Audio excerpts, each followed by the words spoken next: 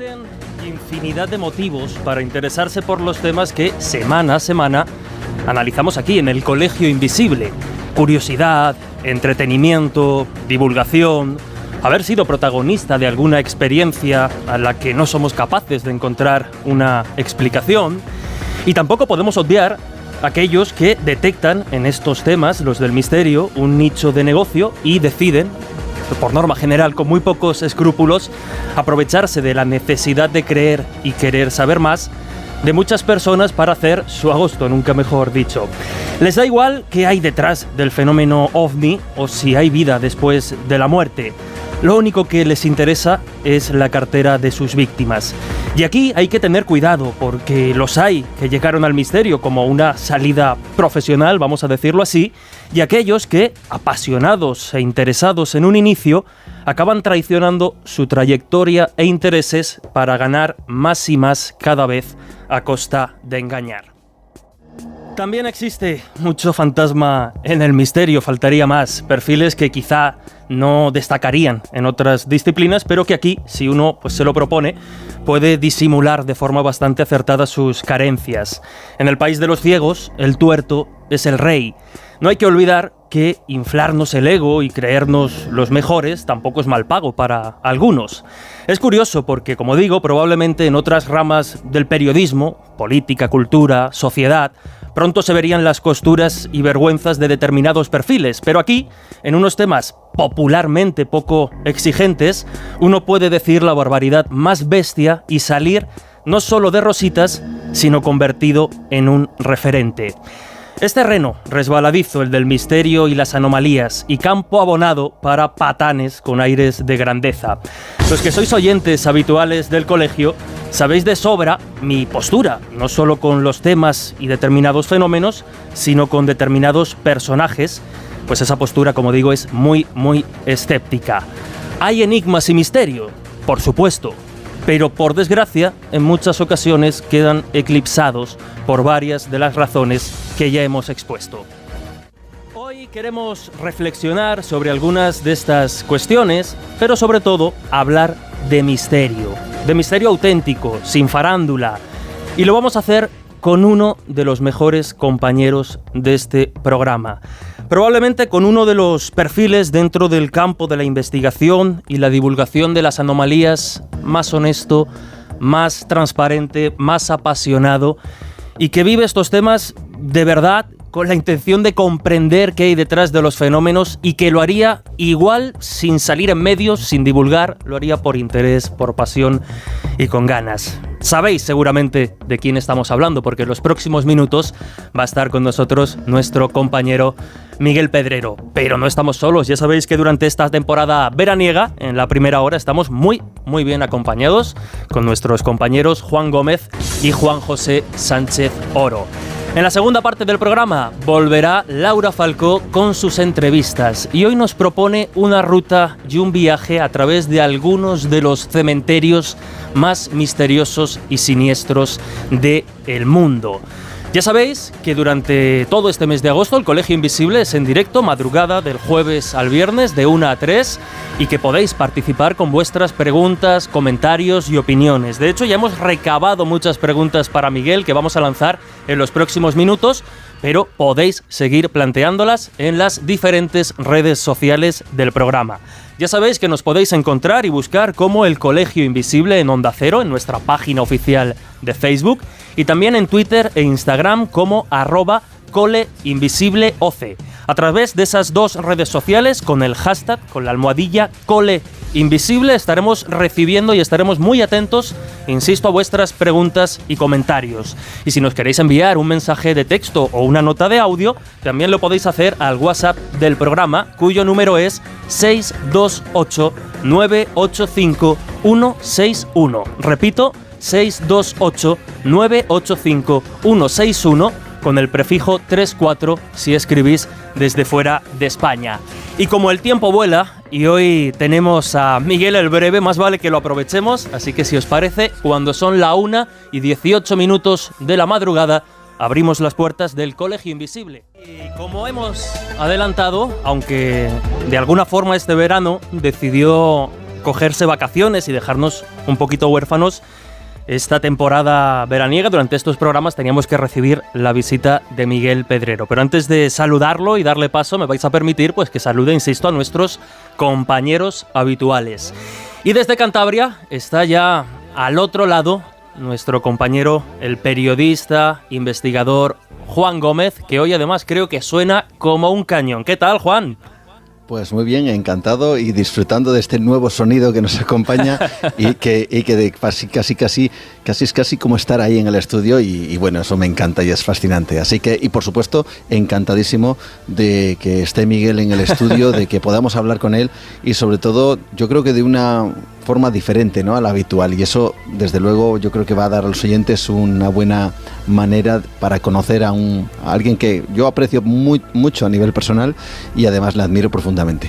Tú lo has dicho, Juan, hoy la intención es que precisamente todos y todas las invisibles que admiran y siguen el trabajo de Miguel, somos conscientes, y yo creo que él también, que es un perfil muy querido dentro del Colegio Invisible y los otros espacios donde colabora, pero estamos muy acostumbrados a escucharlo pues narrar sus casos, sus historias. Hoy queremos profundizar un poquito más en una faceta, podríamos decir, más íntima, más personal, pero que nos va a permitir también recorrer y hablar de cantidad de temas vinculados al misterio, porque él los ha investigado a lo largo de toda su trayectoria. Pero está también con nosotros en el estudio el historiador Juan José Sánchez Oro. Juanjo, ¿qué tal? Muy bien, muy bien. Además se ha quedado muy buena noche después de la intro que has hecho. Yo creo que ya, ¿sabes? Esto promete. Ya. Pero era por contraste, era para que Miguel destaque por contraste. Sí, no, un lujo. La noche ya digo que promete que nadie sea parte del receptor, porque vamos a acceder ya no a Miguel, sino al universo Pedrero. Vamos a alucinar, en serio, ¿eh? Es una persona excepcional, amigo de sus amigos, es infatigable, se vende muy mal para todo lo que hace y todo lo que ha hecho, se vende muy mal. Yo creo que hay veces que se regala más que se vende, y a ver si hoy conseguimos eso, deslumbrar con todo lo que ha hecho. Que a ver, que esto tampoco suponga que es cierto que es amigo, pero precisamente el ser amigo tiene esa confianza que hace que le podamos meter en mayores bretes que a lo mejor si no fuera tan conocido para nosotros. Justo. O sea que, ojo, que tampoco piensen que esto va a ser un masaje. Lo veo muy tranquilo. Dime, Juan, perdona. No, le haremos preguntas inquisitorias. Ahí. Para ponerle un poco complicada la cosa. Sin piedad. Y ojo, ya adelanto que las preguntas más complicadas probablemente no vengan por nuestra parte, porque hay algunas de los oyentes que van a pillar y van a ser interesantes. Pero vamos a ver, porque llevábamos mucho tiempo sin escucharlo. Bueno, no tanto, porque estuvo ya en la segunda noche de los cazadores de ovnis, pero lo echábamos de menos este verano. Miguel Pedrero, ¿qué tal? ¿Qué tal? Bueno, muchísimas gracias por la presentación, pero soy consciente de que después de esta presentación tan amable vendrán los estocazos. Prepárate. Bueno, pero muy agradecido y encantado de estar con vosotros en el Colegio Invisible versión de verano. Hoy tendremos, Miguel, de alguna forma por los viejos tiempos que enzarzarnos en algún tema, si no esto no va a sonar igual. Es verdad. ¿Cuántas leches nos hemos dado tú y yo en antena? En antena, porque luego no, ¿verdad? Luego nos llevamos muy bien, pero es verdad que hay veces en antena, y además recuerdo una vez especialmente que te pedí disculpas y luego pedí disculpas públicamente porque me volví a escuchar el programa y no me gustó absolutamente nada mi actitud. Además, tú sabes que yo estoy totalmente en contra de esto del enfrentamiento personal y subido de tono, ¿no?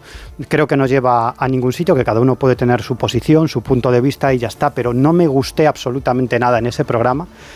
Y pedí disculpas. Es verdad que nos hemos dado mucho en antena y la gente lo que se pensaba es que estábamos todo el día a leches y es todo lo contrario. Yo creo que ahí también muchas veces se confunde, ¿no? Porque realmente lo que se hace es debatir con vehemencia sobre los temas, pero eso no cuestiona a las personas. Y hay veces como que la gente entiende que son animadversiones personales y tal, y no tiene nada que ver. No. Es simplemente que uno es apasionado de los temas, cree en ellos o lo defiende y eso se transmite en el micrófono, pero nada más. Pues sí.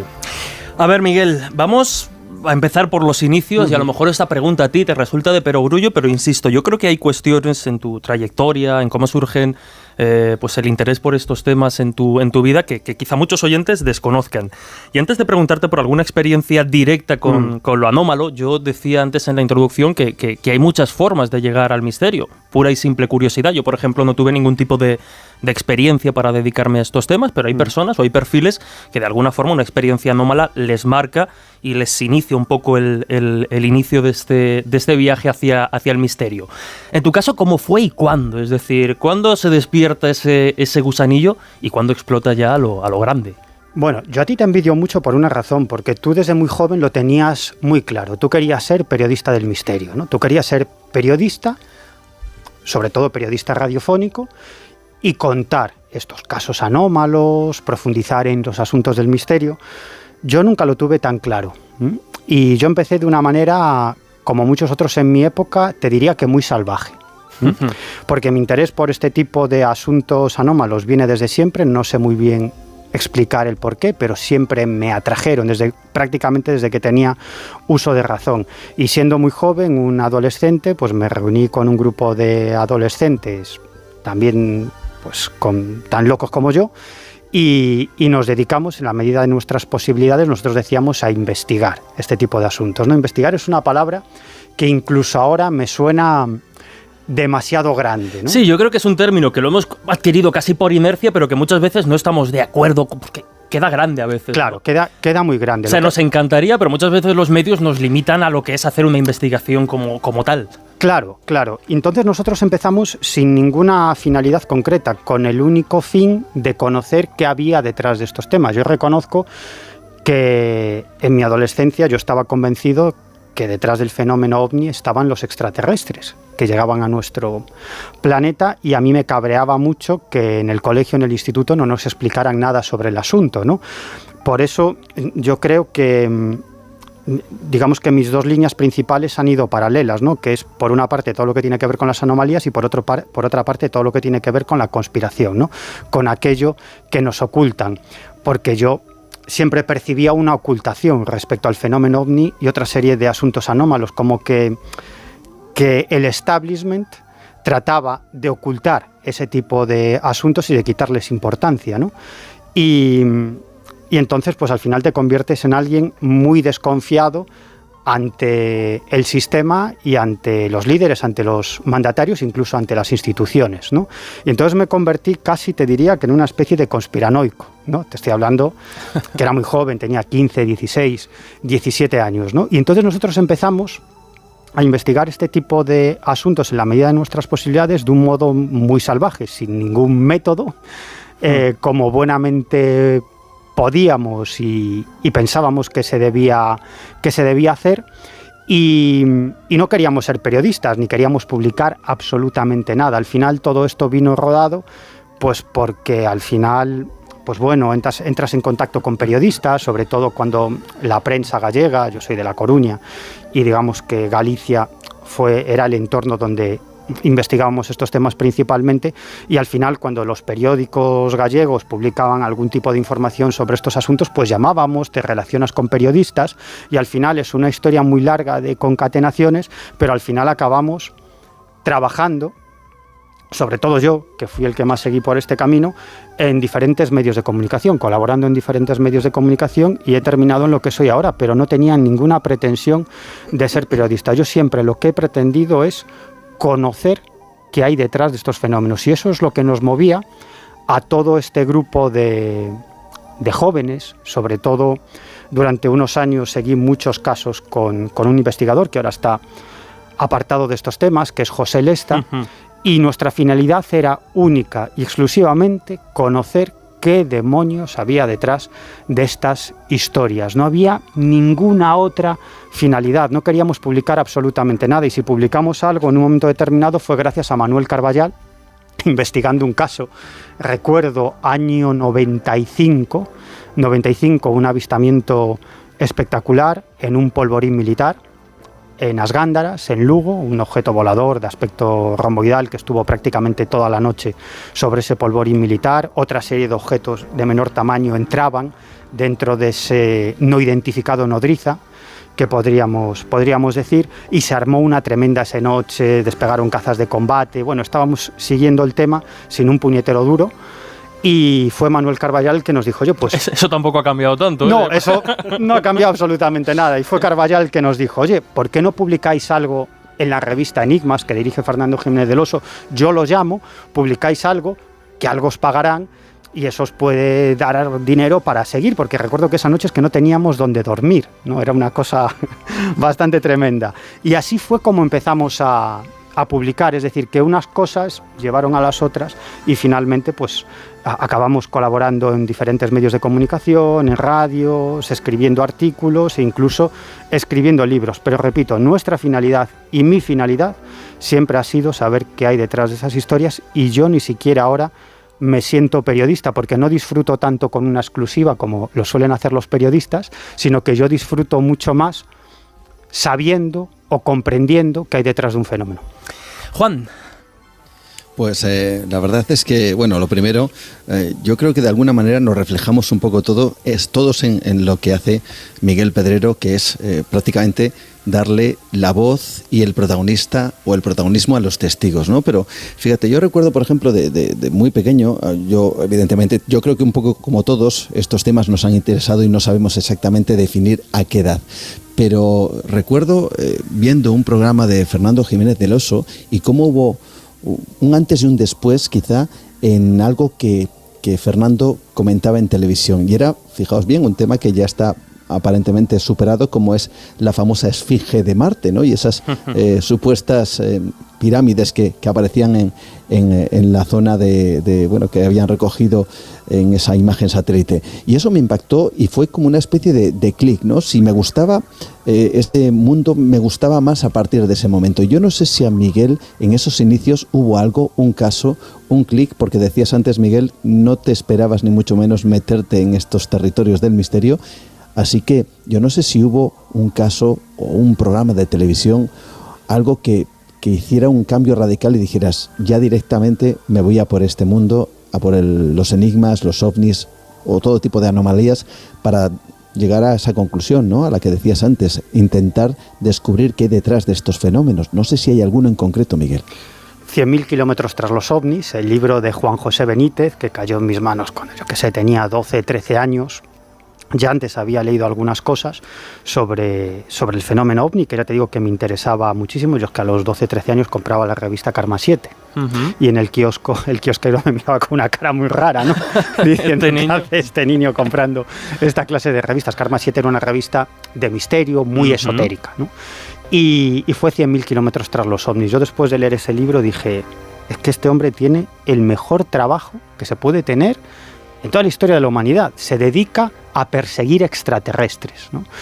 Yo quiero hacer lo mismo, pero no con la intención de escribir un libro, ni de ser periodista, sino de comprender qué hay detrás de ese fenómeno, porque ya, digamos que simplemente leer las historias ya no me llenaba. Quería conocer los testimonios de primera mano de las personas que habían vivido ese tipo de experiencias. Y entonces yo entré en el mundo del estudio, de la investigación del fenómeno ovni, que es el asunto anómalo en el que yo empecé, con una intención muy clara, y es demostrar al mundo que nos están visitando los extraterrestres y que las autoridades nos lo están ocultando, ¿no? Por eso yo siempre he sido, en el fondo lo sigo siendo, muy desconfiado con todo tipo de autoridades, ¿no? Y yo me movía, digamos, en un ambiente, o nos movíamos en un ambiente muy marginal. Es decir, que ahora, unos cuantos años después, o bastantes años después, esté aquí hablando en un medio de comunicación como Onda Cero para toda España, es algo que no me podía imaginar, porque ya te digo que me movía en un submundo, digamos, muy marginal, y sobre todo en un mundo muy desconfiado con todo tipo de poderes políticos, económicos y mediáticos. Yo tenía el convencimiento de que nos estaban ocultando la gran verdad, ¿no? Pero ¿qué pasó?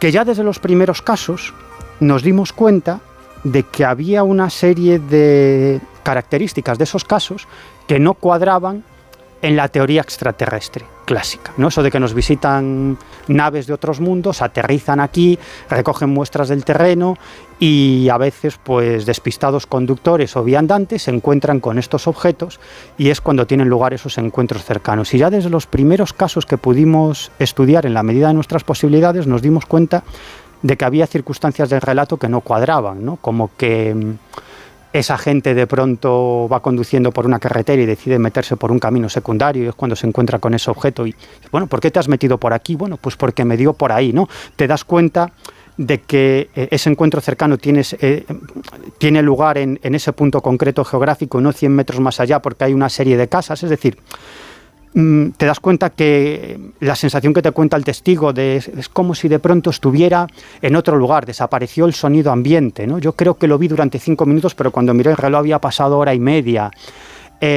Y sin embargo el objeto deja rastros de combustión en el terreno, ¿no? Cuando es algo que se materializa y se desmaterializa, ¿no? Te das cuenta que hay cuestiones ahí que no casan. Y muchos años después, o algunos años después, yo empiezo a leer a Jacques Vallée.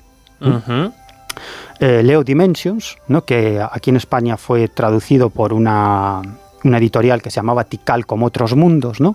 Y yo leo Dimensions con 18 años. Y que a día de hoy, permíteme el inciso, por si alguien quiere buscarlo, Reediciones Anómalas. Exacto. Lo tiene de forma más sencilla de adquirir. Sí, Reediciones Anómalas. Que vayan a Reediciones Anómalas porque tienen una edición fantástica, ¿no? Y a mí me volteó la cabeza ese libro porque yo vi ahí reflejado lo que yo presentía en los casos que había tenido la oportunidad de investigar, ¿no? Y este tipo, el astrofísico Jacques Vallée, para mí uno de los grandes, o quizás el gran investigador de la historia, el gran ufólogo de la historia, lo explicaba de forma absolutamente magistral el porqué de esa serie de circunstancias que no cuadraban y planteaba una teoría totalmente diferente que no cuadraba con la explicación clásica de que nos visitaban extraterrestres. Y yo dije, aquí está la verdad, aquí hay una verdad. Eso no quiere decir que no siguiera admirando a Benítez, que para mí es el mejor investigador de campo que ha existido en la historia, en todo el mundo, no solo en España. El mejor investigador de campo sobre ovnis ha sido Juan José Benítez, pero para mí el mejor ufólogo, el mejor pensador, el que ha profundizado más en el fenómeno ovni, es Jacques Vallée, que nos ha dado verdaderamente herramientas para comprender qué hay detrás del fenómeno ovni. Y ahí me cambió radicalmente mi concepción sobre el fenómeno ovni y me di cuenta de que el fenómeno ovni era todavía mucho más interesante de lo que yo pensaba antes. Homenajeando al gran Miguel Blanco, me vas a permitir hacer aquello de no te adelantes, porque después iremos precisamente por esa dirección. Creo que Juanjo tenía alguna pregunta relacionada con esos inicios. Y con un poco con esos inicios, porque claro, tú has insistido ahora que durante toda tu vida profesional te has dedicado a perseguir testimonios, e incluso a veces realizando cosas bastante inauditas en esa obsesión por obtenerlos. Pero, y además comentas que justo en esa etapa inicial realmente tú ya tenías afición por estos temas sin necesidad de haber vivido ninguna experiencia. Pero tú también has estado un poco al otro lado. Sí. Has sido también testigo, además en esa época, de un avistamiento bastante espectacular que me gustaría que nos comentaras. Sí. Yo hubo una época de mi vida que estaba muy obsesionado por el tema del contactismo, ¿no? Es decir, porque yo buscaba respuestas. Es decir, a mí nunca me ha servido eso de hacer un artículo interesante o un programa bonito, ¿no? Yo quiero saber qué demonios hay detrás de estos fenómenos que me apasionan. Y entonces yo pensé, ¿dónde está la respuesta? ¿La tienen los militares españoles? Pues no. No pueden tener mucho conocimiento sobre algunos casos, toda una serie de elementos de juicio, filmaciones, detecciones en radar, pero luego lo he comprobado. Los militares no saben más sobre el fenómeno ovni que los ufólogos de campo o los ufólogos de salón. Es decir, creo que tenemos más conocimiento sobre el fenómeno ovni que los militares. Entonces ahí no está la respuesta. Entonces yo pensaba, ¿quién me puede dar la respuesta? Digo, hombre, pues los contactados, ¿no? Aquellas personas que aseguran que mantienen un contacto permanente con las inteligencias que están detrás del fenómeno ovni, les transmiten mensajes. Digo, sí, en algún sitio tiene que estar la respuesta, tiene que estar aquí, ¿no? Y durante años me dediqué no solamente a conocer a muchísimos contactados, a tratar de vivir con ellos experiencias, sino también a leer todos los mensajes revelados que les enviaban esos supuestos tripulantes de los ovnis, ¿no? Y al final me di cuenta de que todo eran contradicciones y no había por dónde coger esos mensajes. Pero bueno, durante una época pensé que ahí estaba la respuesta al fenómeno ovni, ¿no? Y lo cierto es que ya casi desde desde los inicios, al poco tiempo de empezar a seguir casos de ovnis, pues tuve la enorme fortuna de convertirme en testigo de un caso absolutamente espectacular con un contactado, ¿no? Esto ocurrió a principios del año 1994 y yo en esa época me dedicaba, a Jesús esto le sonará el Pleistoceno, ¿no? En la época pre-internet, donde nos comunicábamos... Yo tenía un año o así en eso. Pues fíjate, donde nos comunicábamos por carta. Sí, había una cosa que se llamaba carta, entonces nos escribíamos, yo le escribía a un investigador de Albacete y leía mi carta y me respondía por carta y tardaba unos días. La diligencia, que era la que transportaba la carta. y también nos llamábamos por teléfono, había teléfono, ¿no? Pero te enviaba un recorte o te explicaba las cosas mejor por escrito, ¿no? Y entonces yo me dedicaba a poner anuncios en la sección de cartas al director en las revistas de misterio, ¿no? En Más Allá, en Espacio y Tiempo, en las revistas, en Karma 7, en las revistas que había en esa época, ¿no? Y entonces me acuerdo que escribí en Espacio y Tiempo. ¿Y qué ponías tú en esos anuncios? Hola, No, pues a veces opinaba, ¿no? Sobre los artículos del mes, ¿no? Es que no te puedes imaginar la labor que hacían. Yo hacía, por ejemplo, de segunda mano, que era una tú revista. También escribías. Sí. Pero si es que era la única manera que tenías. Es decir, claro. Cosas... Juanjito y Miguelito. Diarios, no, pero diarios, por ejemplo, ya digo, de venta, como segunda mano, como el propio nombre indica, que era de venta, pues una especie de Wallapop y tal. Claro. Tenía también sección de anuncios donde se creaban tertulias ufológicas y tertulias de parapsicología. Pues digo que es que en aquella época no te puedes imaginar lo que suponían esas columnas que comenta. Tú también escribías de hecho, por ahí, lo primero que mirabas en la revista. Exacto. Pues he de decir que sí, escribía. Vaya. Y además, sí, es que tenemos cierta edad ya, Jesús. Entonces, ya es cierto que además somos más o menos, yo creo que por lo menos Miguel, Juanjo y yo creo que somos más o menos de la misma quinta. Sí. Entonces, claro, es cierto que además había que hablar con diferentes investigadores que tenían la capacidad, quizá porque habían formado grupos vamos a decir, muy importantes. Yo recuerdo, por ejemplo, el famoso grupo CEI en Barcelona y cómo nos escribíamos desde aquí, desde Cantabria, con el grupo CEI, y además pasaban cosas curiosas que ahora mismo no pasan, porque, como decías antes, Internet ya está ahí y conseguimos la información muy rápido, pero claro, escribías una carta a alguien de Barcelona, pasaban unos días y esta persona te volvía a escribir y bueno, igual pasaba una semana entre una carta y la otra, pero es que entre esa semana pasaban cosas igual relacionadas con ese caso que, de alguna forma la información que te llegaba ya llegaba tarde o llegaba desactualizada porque estaban pasando cosas inmediatamente, ¿no? De manera que uno se quedaba un poco como diciendo, caray, ojalá hubiera un sistema en donde pudiéramos comunicarnos de manera mucho más directa. Además, la carta tenía, yo creo que ese encanto, porque fíjate, podrías utilizar el teléfono, que era algo mucho más directo, ¿no?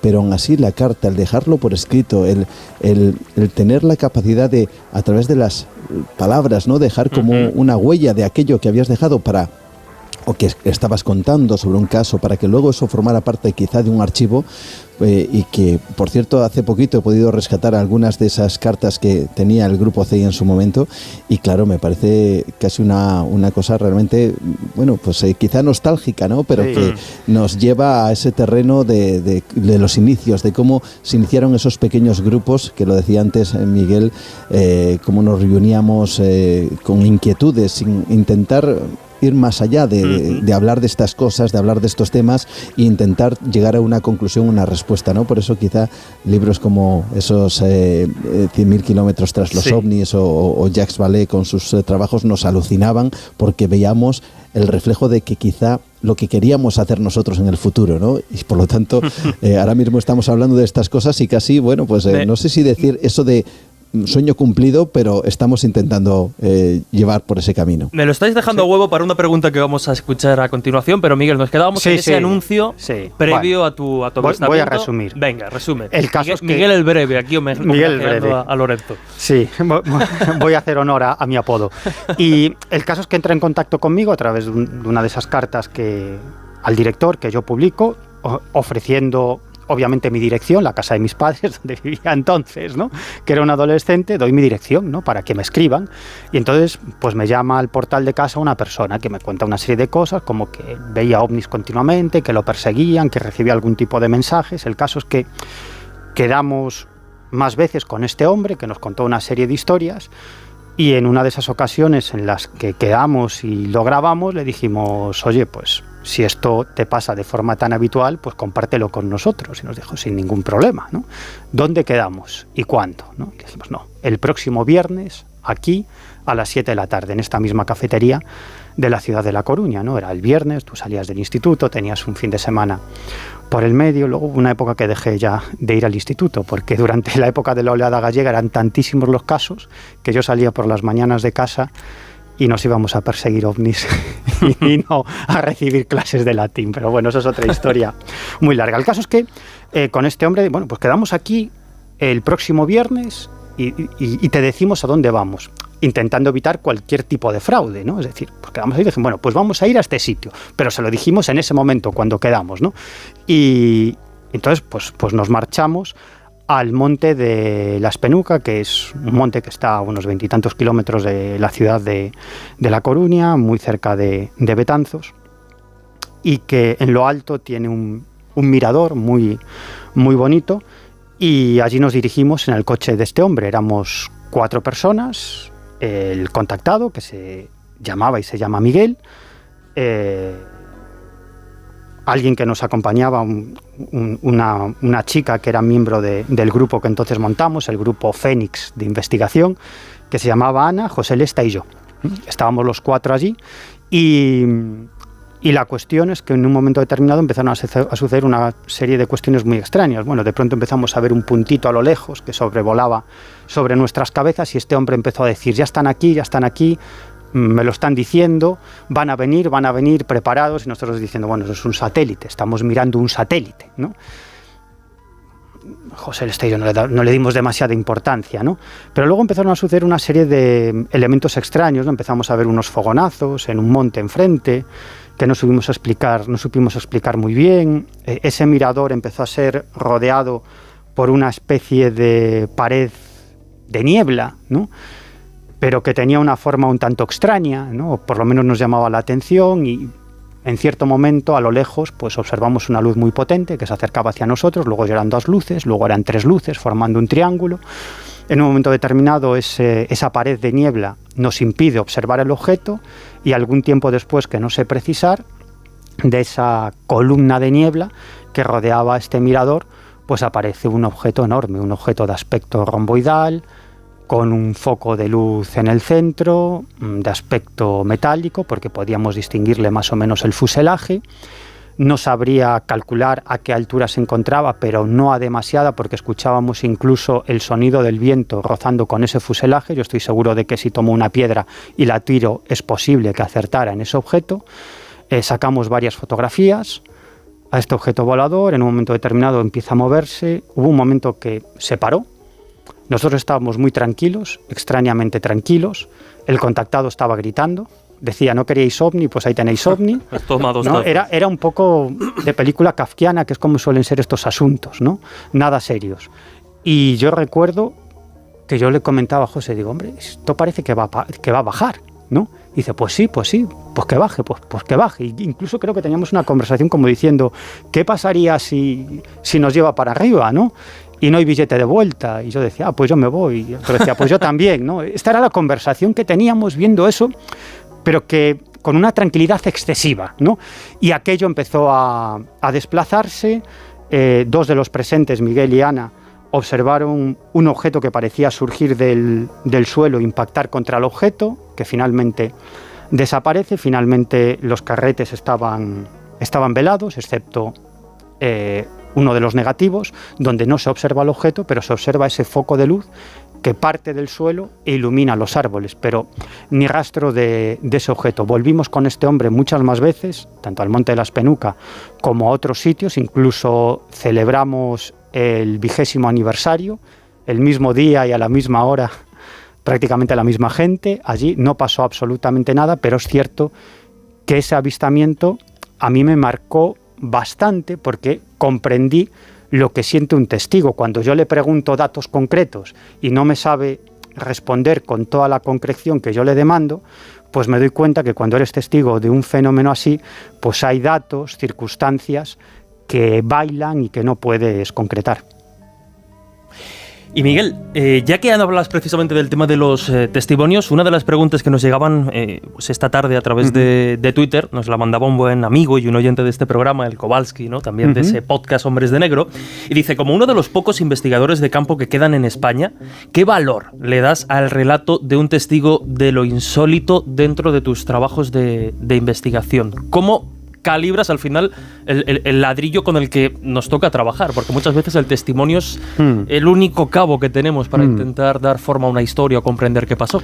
Mira, a mí, si hay algo que me gusta en este mundo, es escuchar a personas que me cuentan sus experiencias anómalas, ¿no? Sobre todo en el lugar de los hechos. Hay una parte, si quieres, emocional, y hay otra parte incluso de reto personal, ¿no? De tratar de armar el puzzle de ese caso y tratar de profundizar lo máximo posible, aunque, como tú muy bien apuntabas antes, como carecemos de medios, ¿no? Pues en muchas ocasiones no tienes el tiempo suficiente para profundizar todo lo que tú quisieras, ¿no? Pero en mi caso hay una parte emocional, ¿no? A mí me emociona mucho escuchar este tipo de historias y estar en el lugar de los hechos, ¿no? Yo en esas situaciones me siento vivo, ¿no? De decir, es que esto es lo que quiero hacer, es que no quiero hacer otra cosa en mi vida más que esto, ¿no? Estoy aquí donde ha pasado algo que no tiene explicación y es muy extraño. Y yo, un pardillo como yo, estoy intentando reconstruir el puzzle y darle una explicación, ¿no? Luego está la parte, obviamente, de tratar de profundizar en ese caso y siempre te la pueden meter doblada. Y a mí me la han metido doblada, ¿no? Yo creo que no hay nadie que haya investigado un número de casos más o menos importante al que no se la hayan metido doblada alguna vez. Pero te podría decir que tienes un sexto sentido o una experiencia de escuchar muchos testimonios, pero al final eso es algo que se ve. Sobre todo aquellos casos a los que tú llegas no porque la persona se ponga en contacto contigo, sino porque lo escuchas en una conversación, te llega por terceras personas y finalmente logras contactar con esa persona y te lo cuenta como haciéndote un favor, porque no tiene ningún interés en contarte esa historia. En otras ocasiones son los propios protagonistas los que se ponen en contacto contigo, pero ahí lo detectas muy fácil porque este tipo de personas no se ponen en contacto contigo para contarte su historia, sino que quieren algo a cambio. Y lo que quieren a cambio es comprensión y una explicación, porque no pueden hablar con nadie. Entonces quieren contártelo para que tú los orientes, para saber si alguien más ha vivido esa experiencia, si puede ser negativa para su vida, si se puede repetir, por qué le ha pasado a él. Es decir, que no te cuentan la historia por hacerte un favor, en la mayoría de los casos, sino que también ellos buscan algo a cambio, ¿no? Y también te digo otra cosa. En muchas ocasiones que me llegan historias y logro localizar al testigo principal, me llega de segunda o tercera mano, al final logro contactar con el testigo principal, es muy habitual que reciba calabazas las primeras veces, ¿no? No quieren hablar contigo, ¿no? Pero yo sé que en el momento que logres lo más difícil, que es quedar con esa persona, no solamente te lo va a contar, sino que se va a abrir en canal y te va a vomitar todo. Te va a contar absolutamente todo y además te va a contar cuestiones enormemente personales, ¿no? Porque yo creo que eso sí se me da bien. Yo no busco hacer un reportaje, ni busco sacar una historia, ni busco hacer algo en radio, porque tengo casos cientos sin sacar. Yo lo que quiero es comprender y sobre todo tratar de ayudar a esa persona, ¿no? Y cuando ve que está enfrente con alguien que se está interesando en su historia y se está interesando en él como persona, te cuentan esa historia. Y entonces, al final, claro, no solamente es el testimonio, porque luego tienes otros elementos de juicio. Si hay más testigos, pues tratas de obtener más testigos. Si esto ha sucedido en una zona, pues preguntas por la zona si alguien más ha visto algo en esa fecha, en ese lugar, ¿no? Si ya no te cuento si alguien ha grabado algo o si se ha detectado en radar, ¿no? Pero ya estamos hablando de casos que no son habituales, ¿no? Pero al final la gente no te engaña. Yo me he encontrado con casos muy contados, ¿no? Sino que la gente te cuenta la verdad. Te voy a contar brevemente un caso, brevemente, muy instructivo. Un día nos avisan, yo entonces trabajaba en un programa que se llamaba Milenio, en la Radio Autonómica Gallega. Nos avisan que hay una serie de personas en un pueblo orense que están llamando a la radio muy alborotados diciendo que están observando el aterrizaje de un ovni en el monte, ¿no? Y que ese ovni ha provocado incluso un fuego, un pequeño fuego en el monte, ¿no? Total, que esto era muy tarde, era la 1 o 2 de la mañana y pocas horas después nos plantamos allí, José Leste y yo, con el coche, ¿no? Y nos encontramos allí a la gente, de madrugada, narrándonos todo lo que habían visto. Incluso tenían preparados unos dibujos en una serie de folios a color donde pues estaba dibujado todo el fenómeno, por fases, todo el fenómeno que habían observado. Claro, no podíamos entrar al monte porque era de noche, ¿no? Teníamos que esperar a que amaneciera. Esperamos a que amaneciera. Y nos internamos en el monte para encontrar ese lugar del supuesto aterrizaje, ¿no? Y lo que encontramos fueron unos artefactos metálicos. Bueno, total, que al final lo que descubrimos es que eran una serie de bengalas que habían lanzado unas personas que estaban de fiesta, unos marineros que se habían jubilado y habían lanzado unas bengalas de las que utilizan los barcos en alta mar cuando están en peligro, ¿no? Para avisar de que están en una determinada zona, ¿no? Y realmente todas las características del avistamiento los testigos lo habían descrito de forma absolutamente magistral. Es decir, ellos no mentían. Se habían equivocado en la interpretación del fenómeno. No era un ovni aterrizando, sino era una bengala que efectivamente, una serie de bengalas, que lo que provocaron fue un pequeño incendio, ¿no? Pero para mí ese caso fue muy instructivo para comprender que la gente, en general, en el 99% de los casos, en el 99,9%, te cuenta la verdad. Otra cosa es la interpretación de ese fenómeno.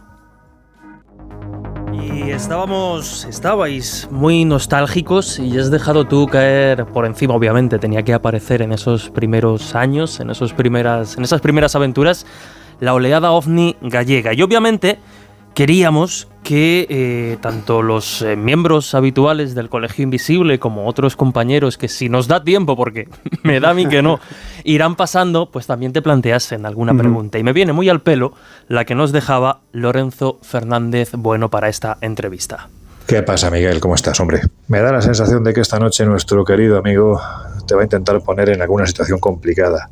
Y creo que yo podría hacerlo, porque de todos los que formamos parte del Colegio Invisible, me da la sensación de que soy precisamente el que hace más tiempo que te conoce. De hecho, fíjate, es que tenías pelo. Hay algún documento gráfico que así lo confirma. Pero en fin, creo que también me resultaría bastante complicado, porque quienes te conocemos sabemos que aparte de una gran persona eres un excelente profesional. Terco como una mula, eso sí. Yo creo que eres la persona más cabezona que he conocido en mi vida, y a veces nos consolamos quienes lo sufrimos pensando que es que defiendes tus ideas contra viento y marea. Pero si te parece, vamos a montarnos, como digo siempre, en nuestra particular máquina del tiempo. Vamos a viajar a los 90. El grupo Fénix, se dedica a recorrer Galicia con mucha ilusión y poco dinero. Está formado por jóvenes que se dedican a la investigación de los fenómenos extraños que se producen en tierra, pero sobre todo de los que se producen en los cielos. Esos jóvenes son precisamente la base de lo que posteriormente será la investigación y divulgación de la gran oleada ovni de finales del siglo XX que se produce en tierras gallegas. Y entre medias, como los medios de comunicación generales y también los especializados, digamos que no apostaban mucho por los trabajos de los que por aquel entonces empezábamos, pues se produjo lo que se llamó la revolución de los boletines. Lo cierto es que ahí hubo un tiempo de intercambio, de comunicación, de investigación que fue verdaderamente maravilloso, y en el que el grupo Fénix pues tuvo mucho que ver como jóvenes investigadores que erais. Así que podría seguir recordando muchas anécdotas, muchos viajes, muchas investigaciones, pero no me quiero extender. Te voy a lanzar la pregunta. Miguel, a la vista de cómo han transcurrido los últimos 30 años, ¿dirías que cualquier tiempo pasado fue mejor? Pues ahí queda, Miguel, venga. No creo que cualquier tiempo pasado fuera mejor. Obviamente recordamos esa época con mucha nostalgia porque éramos jóvenes, estábamos empezando, teníamos toda la ilusión del mundo, pero yo no cambiaría esta época por esa, ¿no? Si hay algo que estoy tratando de recuperar ya de hace tiempo, esa fue alguna de las razones por las que dejé mis intervenciones en medios de comunicación, entre otras el Colegio Invisible, y es porque en un momento determinado me di cuenta de que me pasaba el día o bien en la redacción de una revista o delante de un micrófono. Y yo añoraba, los que lo hemos vivido al final siempre añoramos eso, la época en la que obviamente no tenías un puñetero duro, ahora tampoco, pero entonces es que éramos pobres de solemnidad, pero ibas con toda la ilusión a seguir un caso, una historia sin ninguna finalidad. No había ningún programa de radio que tuvieras que cerrar, ningún testimonio que tuvieras que llegar, ningún reportaje que tuvieras que hacer, sino simplemente ibas con la ilusión de disfrutar el momento y de tratar de averiguar qué había detrás de esa historia, qué había detrás de ese caso, ¿no? Y es lo que desde hace un tiempo he intentado recuperar, ¿no? Eso de irme por ahí a seguir historias, yo solo, que disfruto mucho con mi soledad, he de decirlo, y bueno, salir por ahí para mí es una sensación que no la cambiaría por nada del mundo, ¿no? Salir, investigar sin ninguna finalidad concreta y con esa ilusión, ¿no? Y también con esa inestabilidad también y con ese no saber qué va a pasar mañana, pero con esa ilusión, ¿no? Y es algo que disfruto mucho y cada vez más, porque a mí se da una circunstancia muy extraña, ¿no? Y es que a medida que me hago mayor, disfruto más haciendo este tipo de cosas, ¿no? Y quizás menos en los medios de comunicación, fíjate, ¿no? Disfruto más, os lo contaba antes, que hace poco acabo de venir de Cartagena y me he pasado 2 días intentando localizar a una persona por todo Cartagena, ¿no? Y me lo he pasado bomba. O sea, ¿cómo te lo puedes pasar bomba en 2 días? Intentando localizar a una persona por Cartagena, preguntando en todos los sitios de Cartagena, ¿no? ¿Cómo te lo puedes pasar bien haciendo una cosa así? Pues me lo paso bien, no lo sé explicar, pero es esa sensación de libertad, de que el tiempo es tuyo, de que no tienes nada que te ate y que tú vas a conseguir, a obtener esa información, esa historia, ¿no? Vas a recomponer, digamos, todo el puzzle, al final vas a llegar a una conclusión y eso lo vas a hacer porque sí. Y esa es una sensación porque además yo creo que haciendo eso es cuando de verdad avanzas en la comprensión del fenómeno ovni. Cuando tienes prisa, porque tienes que sacar un reportaje en radio y tienes que cerrarlo y tienes que llamar a alguien o entrevistar a alguien o tienes que hacer un reportaje. Y eso pasa mucho. Eso pasa mucho. Claro. Es decir, en el fondo lo que estás pensando es tengo que cerrar esto, ¿no? Tengo que acabar con esto, ¿no? Pero no te da tiempo a pensar, a reflexionar, a poner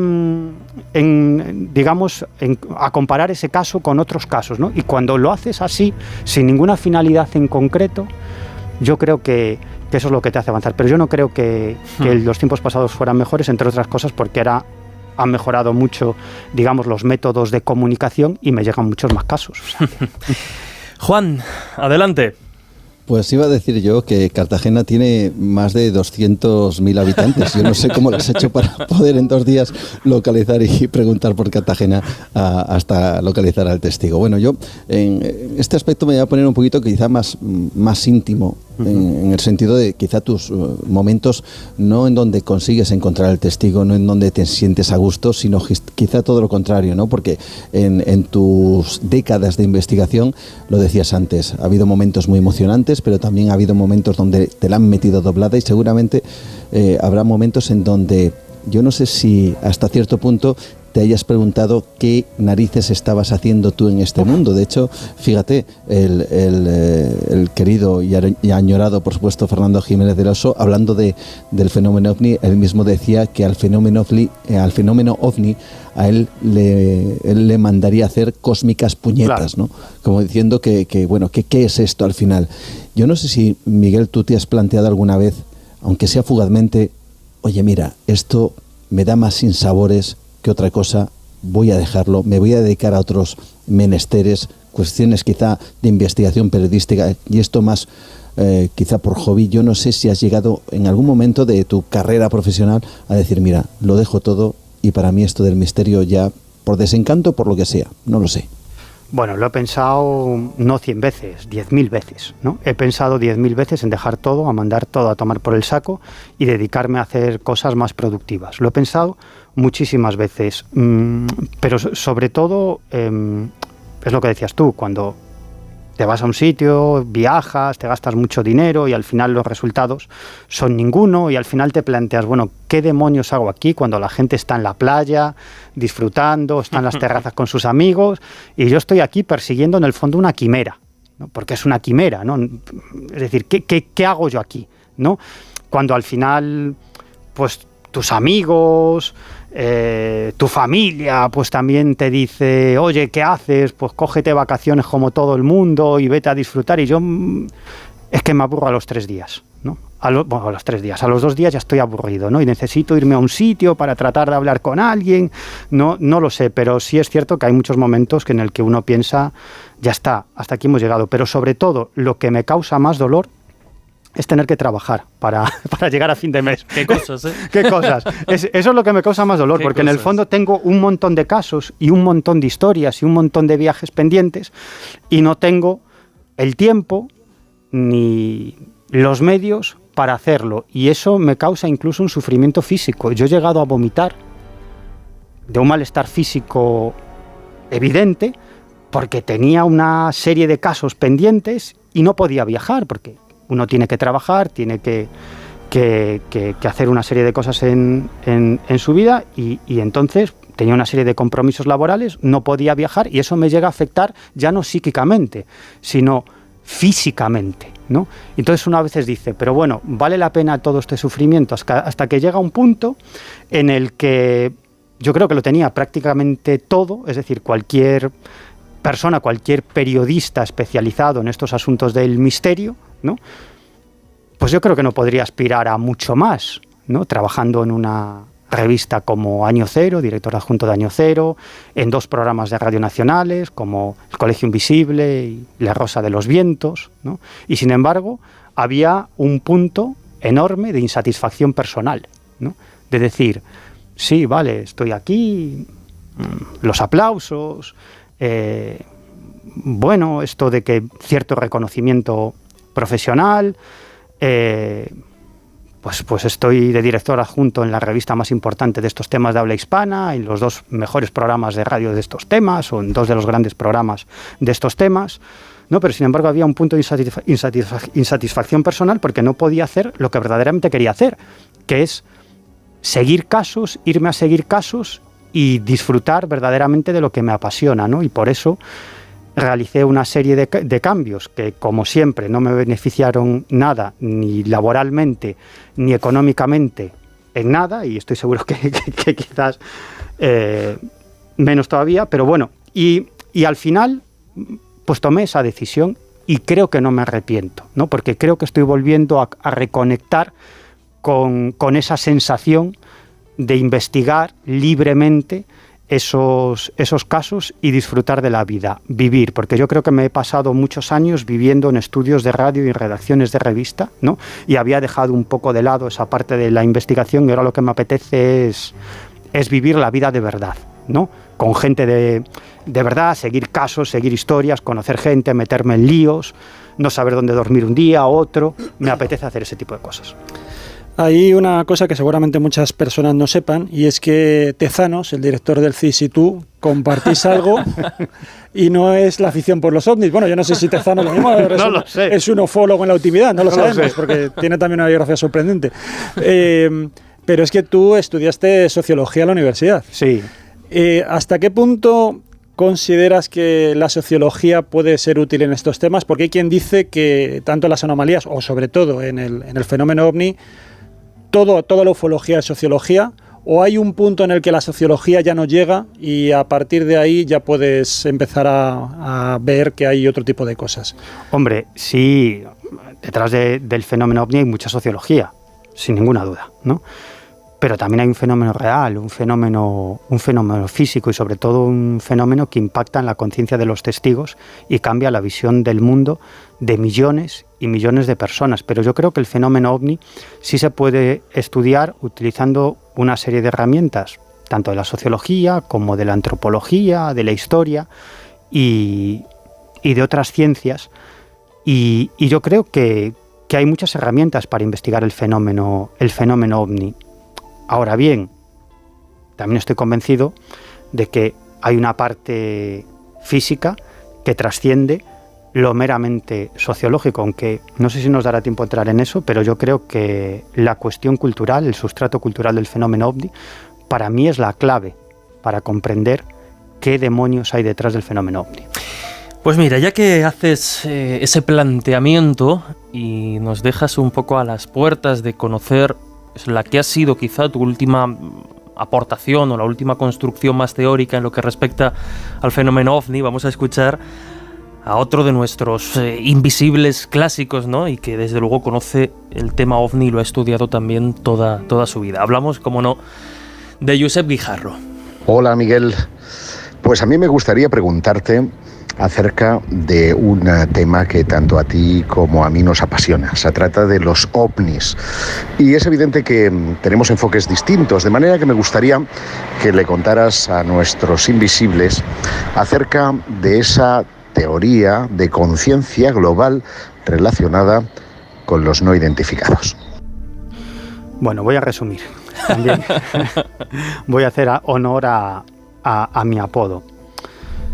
A ver, el fenómeno ovni es puramente cultural, en el sentido, y lo vemos si seguimos la génesis del fenómeno ovni en los años 40, 50, 60, 70, cuando tú lees los testimonios de testigos protagonistas de encuentros cercanos en los 50, 60, 70, incluso ves los dibujos, los esquemas que han hecho sobre ese encuentro cercano, sobre su experiencia, te das cuenta de algo muy claro, ¿no?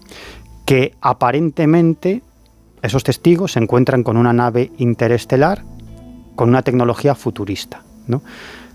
Y que los tripulantes de ese platillo volante o de esa pretendida nave extraterrestre también digamos que van ataviados con trajes aparentemente futuristas, pero en el fondo te das cuenta de que tanto la estética de ese objeto volador como la estética de los tripulantes de ese objeto volador es calcada a la estética de la época. A mí me diría algo si un testigo de los años 50 me hace un esquema de un platillo volante y de unos extraterrestres ataviados con unos trajes con la estética del año 2020 o de 1990. O sea, son lo que ve la gente en ese avistamiento serían los límites de la imaginación de la época. Exacto, ¿no? Y nunca transmiten ningún tipo de información relevante. O sea, sí relevante, pero nunca dicen nada que no sepamos, ¿no? Sino que advierten sobre cuestiones que todos ya conocemos. Y luego te das cuenta que el testigo se encuentra lo que pretende encontrarse, ¿no? Y que el fenómeno se adapta al contexto cultural de la época para mostrarse, ¿no? En los años 40 y 50, estos supuestos tripulantes de los ovnis decían que venían de Marte o de Júpiter, ¿no?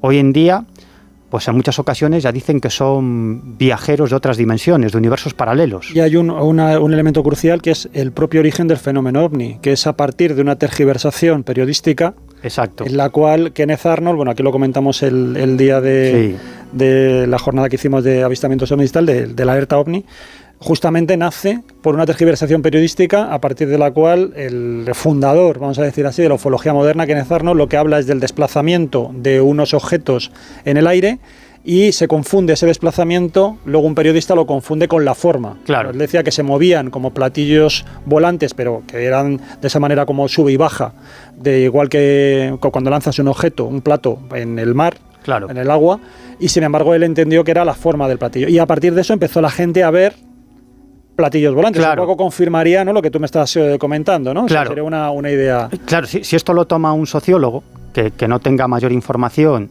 y que no sepa nada del fenómeno ovni, pues dice, ya está, ¿no? Esto se puede explicar desde el punto de vista psicosocial, ¿no? Pues se genera una información sobre el avistamiento de un platillo volante, que como dices tú, fue un error, una tergiversación, ¿no? Y a partir de ahí, como esa información se transmite a todos los medios, a todos los periódicos del mundo, porque todos los periódicos del mundo publicaron el avistamiento de Kenneth Arnold, pues ya la gente empieza a ver platillos volantes, ya está, se puede explicar desde el punto de vista psicosocial y de la imaginación. Y una mierda. Porque, Miguel, por favor. Miguel. Porque los ovnis se ven, son fotografiados, son captados en radar, son perseguidos por cazas militares, dejan rastros de su aterrizaje. En el fondo los platillos volantes estaban ya en el inconsciente colectivo, porque en los años 20 y 30 esas novelillas de ciencia ficción ilustradas que se vendían por cientos de miles y millones en Estados Unidos, un leitmotiv, un asunto clásico de esas novelillas de ciencia ficción eran los extraterrestres que llegaban al planeta y llegaban a bordo de platillos volantes y hacían lo mismo que luego en la era moderna, en la era contemporánea, el fenómeno ovni se dedicaron a hacer los tripulantes de los ovnis, a aterrizar, a asustar a los testigos, a abducirlos para hacerles pruebas médicas, a ser perseguidos por los militares ocultaban la existencia del fenómeno ovni para que no existiera un pánico mundial. Es decir, incluso nos encontramos en esas novelillas de los años 20 y 30 casos, novelillas que se publicaban en Estados Unidos, casos que se dieron 40 años después en una aldea de Brasil, ¿no? ¿Cómo puedes explicar eso? ¿no? ¿Cómo puedes explicar eso? ¿no? Para mí hay un fenómeno que se adapta al contexto cultural de la época. Por lo tanto, se presenta de una forma que sea reconocible, ¿no? En el año 47, cuando empieza la era moderna del fenómeno ovni, la gente estaba mirando hacia arriba, empezaba la era espacial, ¿no? Y en el fondo, esos ovnis que aterrizaban con sus tripulantes era la readaptación de los mensajeros de Dios, de los ángeles. Y a mí esto me parece un asunto sumamente curioso, ¿no? Fijaros cómo se describen la mayor parte de las veces a esos tripulantes de los ovnis benignos, ¿no? Que venían a advertirnos sobre los peligros que corría la humanidad en cuanto a la destrucción de la naturaleza y sobre todo al peligro de una autodestrucción nuclear, el peligro de una guerra termonuclear entre Estados Unidos y la Unión Soviética, ¿no? Fijaros cómo eran, pues eran tipos altos, de aspecto andrógino, media melena, de rasgos nórdicos, ¿no? Con un traje ajustado a sus cuerpos, un pretendido traje espacial. En el fondo es la readaptación de un ángel, ¿no? Que la imagen icónica del ángel parte del Renacimiento. ¿Cómo se pintaba a los ángeles, ¿no? Pues como unos tipos andróginos, media melena, en este caso no iban con un traje espacial, sino con una especie de túnicas, ¿no? Y llevaban unas alas, ¿no? A los lados. ¿Las alas qué simbolizaban? Pues las alas pues simbolizaban pues que eran mensajeros divinos, que tenían la capacidad de ascender a los cielos, recibir el mensaje de Dios y descender otra vez a la tierra para transmitir esa información. Pues esos seres extraterrestres de los años 50 y 60 que venían a advertirnos sobre los peligros que corría la humanidad no eran más que la readaptación de los icónicos ángeles del Renacimiento, solo que en vez de alas tenían un platillo volante.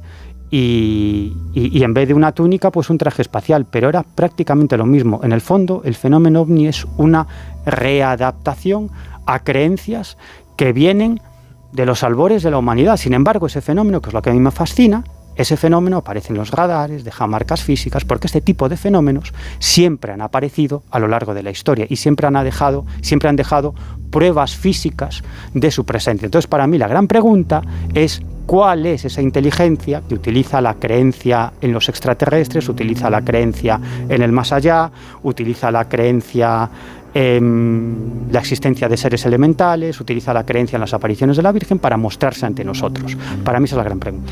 Pues esa gran pregunta, Miguel, me viene al pelo y te pido brevedad, aunque yo sé que es compleja, pero claro, Juanjo Ramírez, otro de los invisibles clásicos, nos preguntaba por Twitter: ¿se conoce alguna iniciativa para intentar alterar nuestra conciencia global y a través de ello comprobar si eso afecta a la manera en que se manifiestan los ovnis?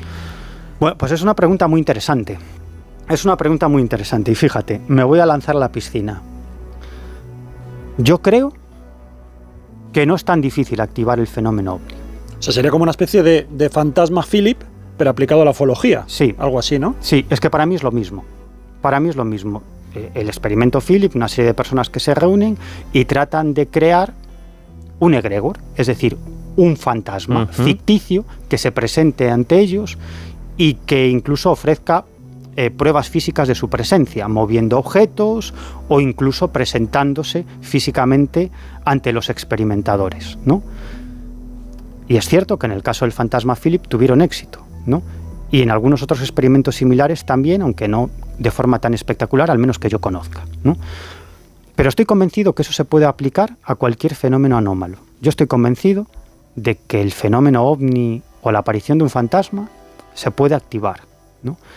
Y es que para mí el fenómeno ovni y toda una serie de fenómenos anómalos, yo siempre digo que el asunto, la clave al fenómeno ovni no está en lejanas estrellas, sino está en nosotros mismos. Si está aquí, está por nosotros. Nosotros formamos parte de esos fenómenos anómalos. Es decir, para mí la respuesta está en la existencia de una conciencia global, que sería muy largo de entrar ahí, ¿no?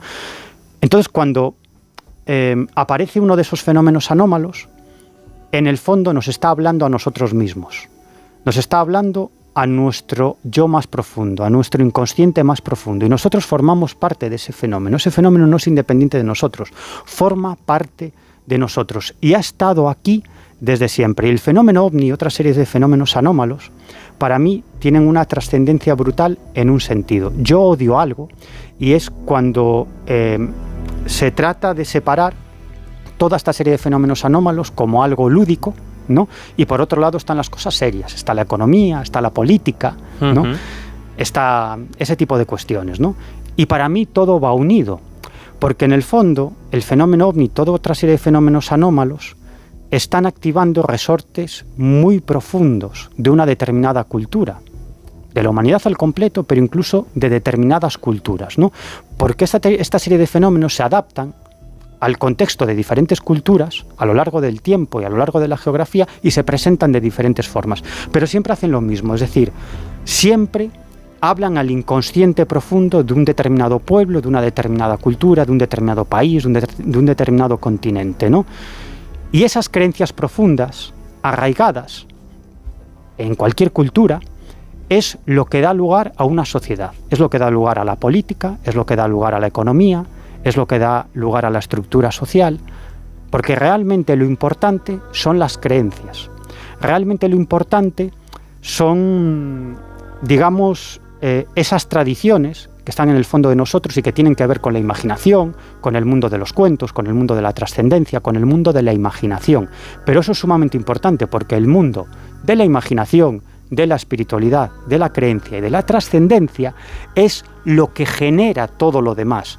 Es decir, eso es lo que da lugar a una estructura económica, a una estructura política, a una estructura social. Y el fenómeno ovni y otra serie de fenómenos anómalos lo que están es activando en nosotros esa parte muy profunda. Entonces, para mí, cuando una serie de personas o una persona protagoniza un encuentro cercano, por ejemplo, con un ovni y sus tripulantes, en el fondo es un modo de comunicación entre esa persona y esa conciencia global de la que forma parte, como todos los seres conscientes, ¿no? Por lo tanto, es una comunicación con algo de lo que todos formamos parte. Y con el que quiero comunicarme en estos momentos es con Juan Gómez. Llevamos tiempo sin escucharlo y además me pedía paso porque yo estoy convencido que tiene algo importante que aportar a todo esto que estamos comentando. Juan.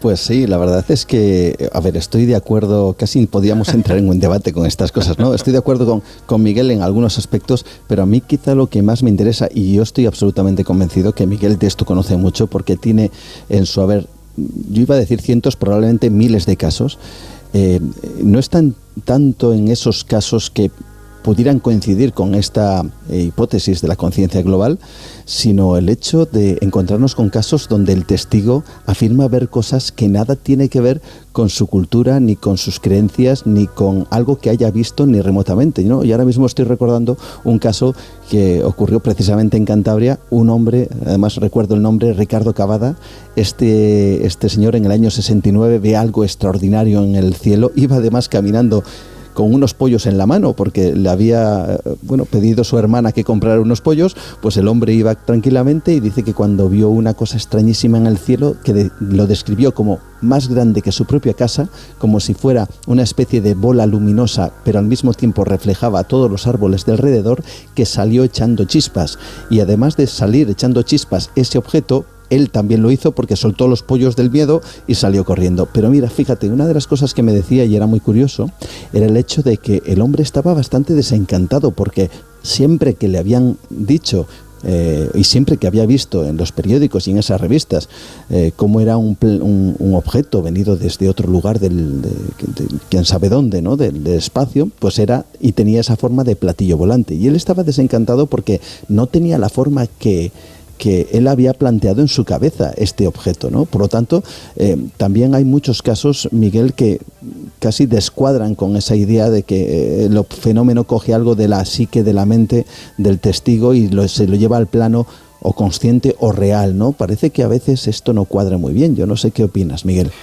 Bueno, pues precisamente esto que estás contando indica quizás lo que estaba apuntando yo antes, ¿no? Es decir, hubo una época en la historia de la ufología en el que los investigadores se dedicaron a hacer catálogos, ¿no? Catálogos de naves, tipos de naves, catálogos de humanoides, ¿no?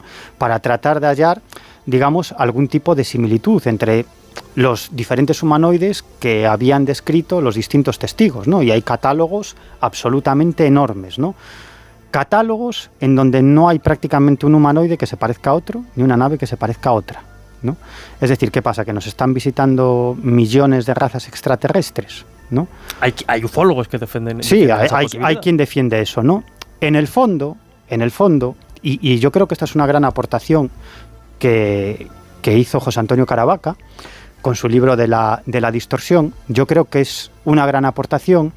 En el fondo, en muchos casos, obviamente no en todos, y para hacer esto habría que profundizar mucho en los casos, pero si profundizas en algunos de los casos, te das cuenta, si investigas muy bien las creencias del testigo, su inconsciente profundo, te das cuenta que en muchos de esos casos está proyectando su propio inconsciente y elementos de su inconsciente, ¿no? Y este es un punto muy interesante, ¿no? Porque desde el punto de vista de José Antonio Caravaca, el fenómeno ovni de algún modo se está alimentando del inconsciente de los testigos y luego proyecta información que capta de ese inconsciente de forma distorsionada, ¿no?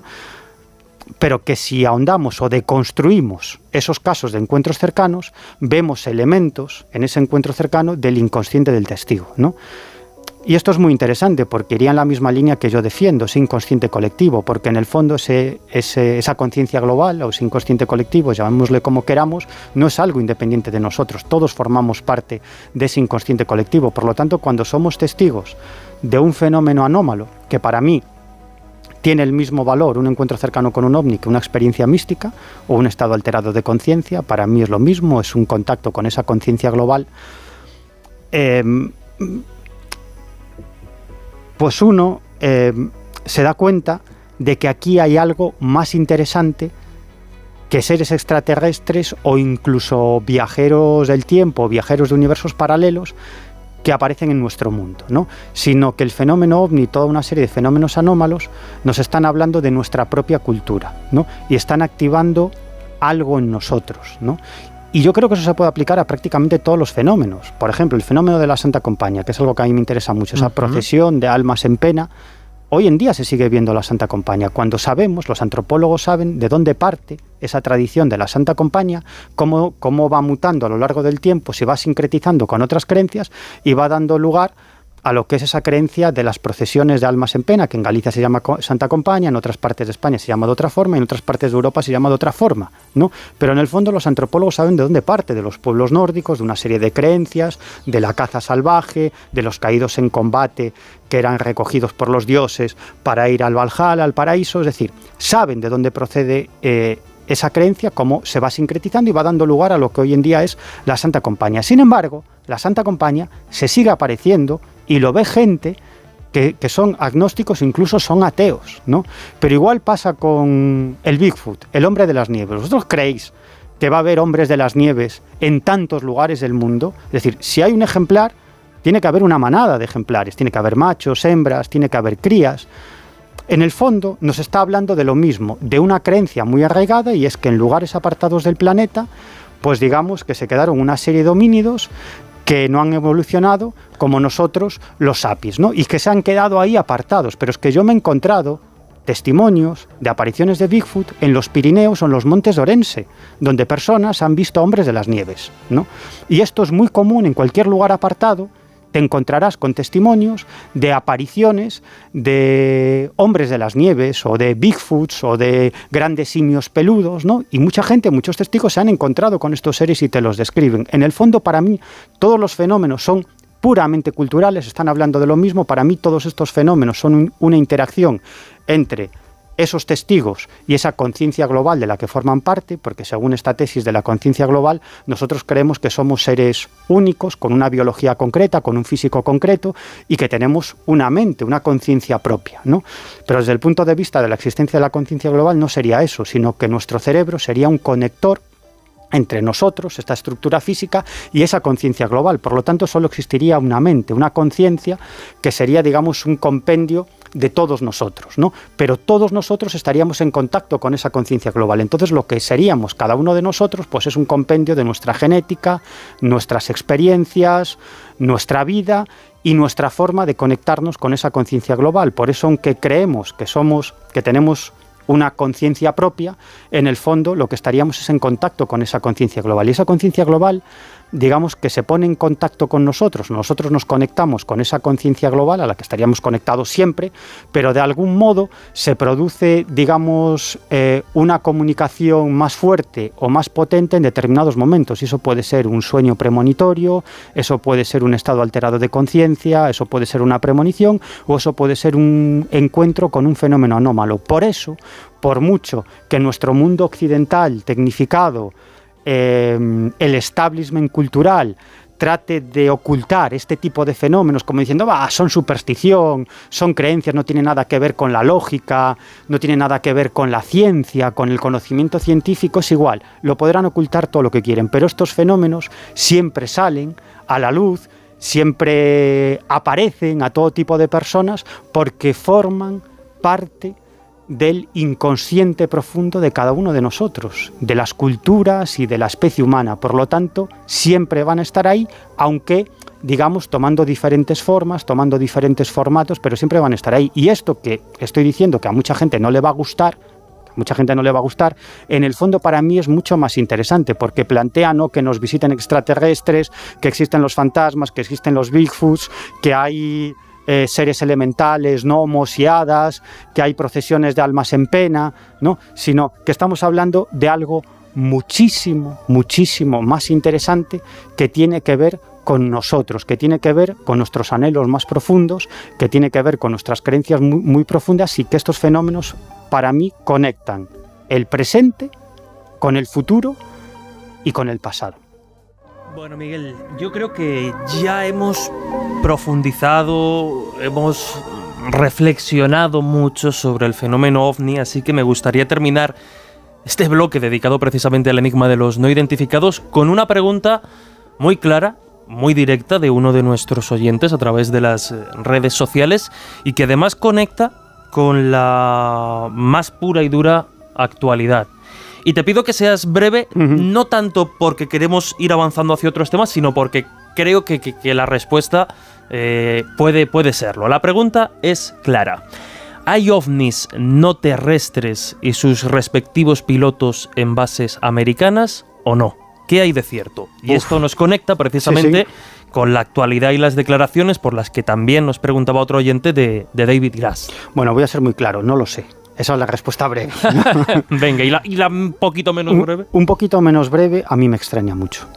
Me extraña muchísimo que el gobierno de los Estados Unidos posea varias naves extraterrestres estrelladas y los cuerpos de sus tripulantes, porque si lo tiene el gobierno de los Estados Unidos, lo tendrá el gobierno británico, lo tendrá el gobierno ruso, lo tendrá el gobierno chino. ¿Y por qué no se estrellan en España?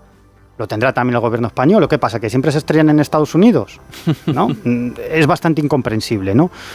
Bueno, a mí me cuesta mucho creer que nos estén visitando naves extraterrestres que acaben estrellándose por un error mecánico. Porque si esto es así, hubiéramos derribado cientos de naves extraterrestres. Porque si pueden estrellarse a causa de un error mecánico, pues ya ves tú, pues habríamos derribado cientos de naves extraterrestres, el sistema de defensa de los Estados Unidos, de China, de Rusia.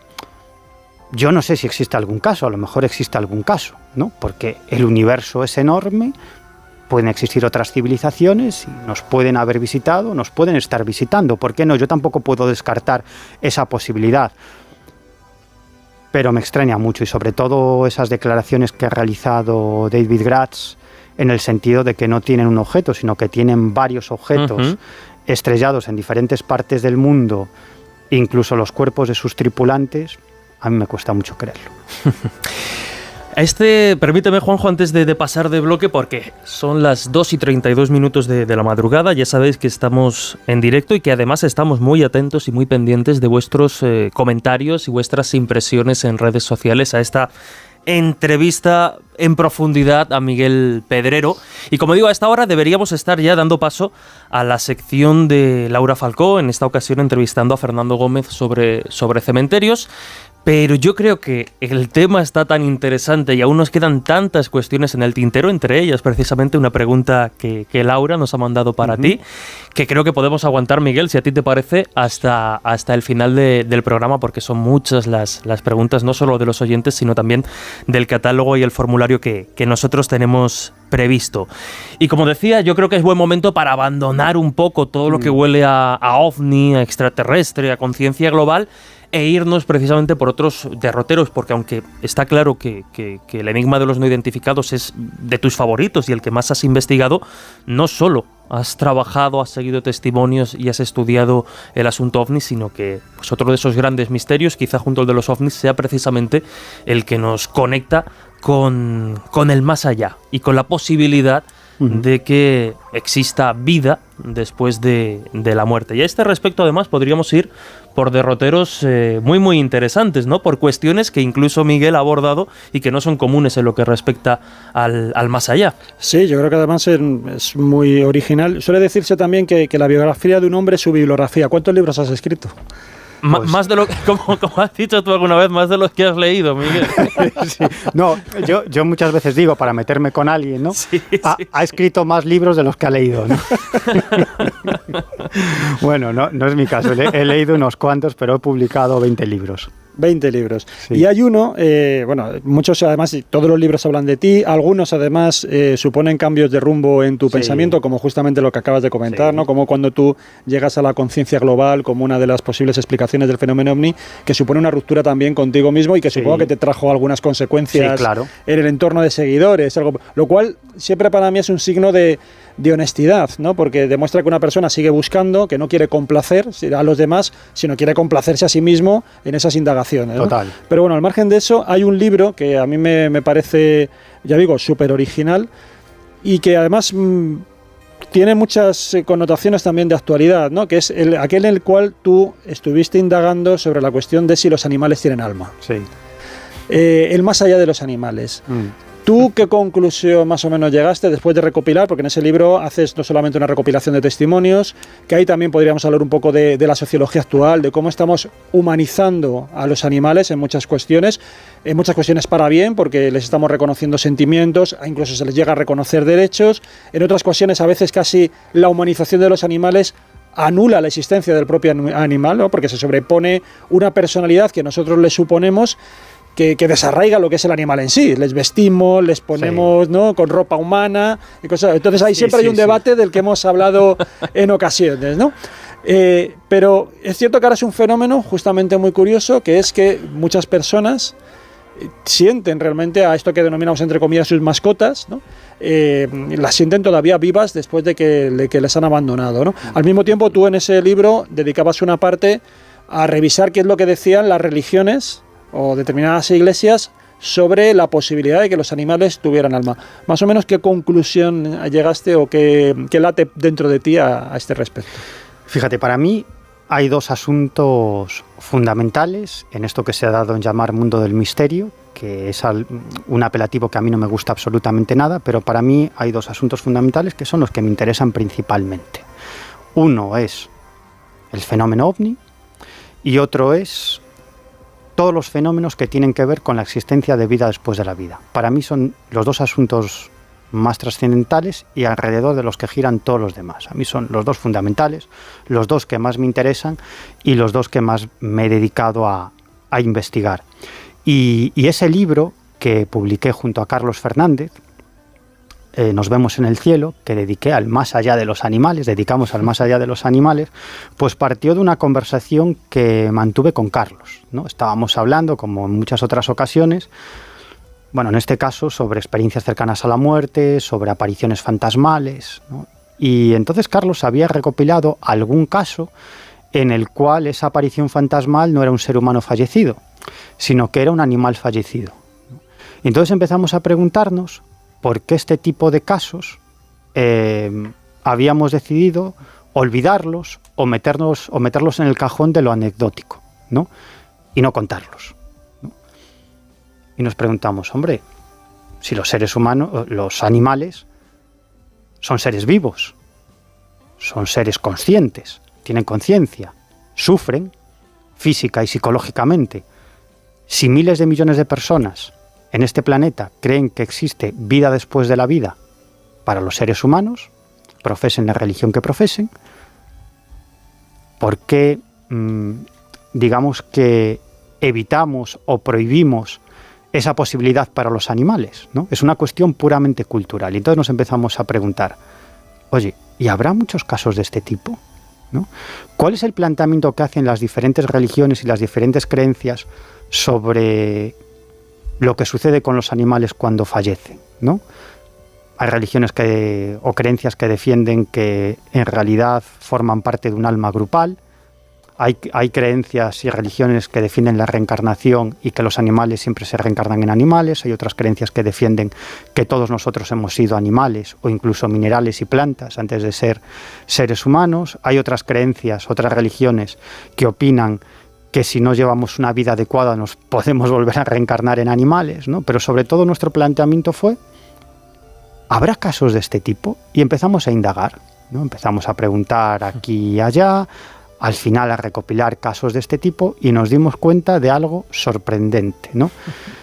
Que obviamente no llevamos a cabo un estudio científico, pero te podría decir que desde nuestro punto de vista llegamos a la conclusión de que son tantos los casos de personas que están convencidas de que se han encontrado con un familiar fallecido que se ha presentado ante ellos para darles un mensaje, y la mayoría de los casos para decir estoy bien, no llores más por mí. Hay tantos casos de ese tipo como de personas que se han encontrado con sus mascotas una vez fallecidas, que se han presentado ante ellos, también en muchos casos para transmitirle ese mensaje de estoy bien, no llores más por mí. Y claro, y nos dimos cuenta que muchos de esos casos, o la mayoría de esos casos, tenían exactamente las mismas características de las apariciones fantasmales de personas fallecidas. Es decir, el caso era el mismo. Las características eran muy similares. Lo único que cambiaba era el personaje del más allá que se aparecía, que en unos casos eran personas fallecidas y en otros casos eran animales.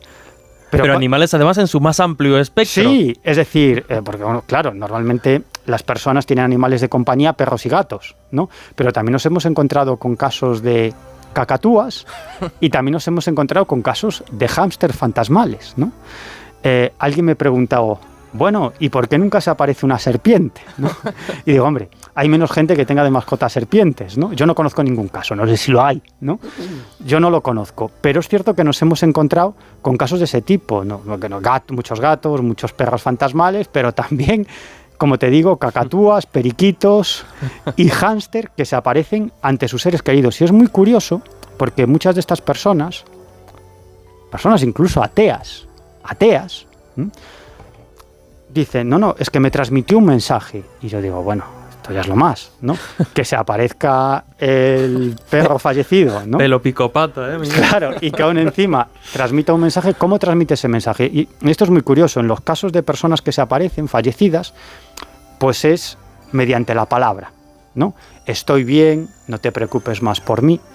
Pero en el caso de los animales, es una sensación, ¿no? Las personas te cuentan, no, es que sentía que me quería transmitir efectivamente eso, que estaba mejor que cuando aparecía aquí en la Tierra, que cuando vivía aquí en la Tierra, y que no me preocupara más por él, que dejara de llorar, ¿no? Y que era una forma de liberarlo. Es decir, que si apartaba de una vez mi pena, era una forma de liberarlo y dejarlo ir hacia el más allá, que esto es un común denominador también en los casos de apariciones fantasmales de personas. Pero luego hay otro aspecto muy curioso. Una de las características típicas y tópicas de los casos de personas fallecidas es que se presentan ante sus seres queridos vivos, no con el aspecto físico que tenían cuando fallecieron, sino con un aspecto, cuando tenían un aspecto físico en vida bastante saludable, ¿no? Entonces mucha gente te dice, no, mi abuelo o mi padre falleció a los 85 años de un cáncer muy mal, pero se me apareció como cuando tenía 50 o 60 años, cuando yo lo recordaba absolutamente pletórico, ¿no? Pues exactamente igual pasa con los casos de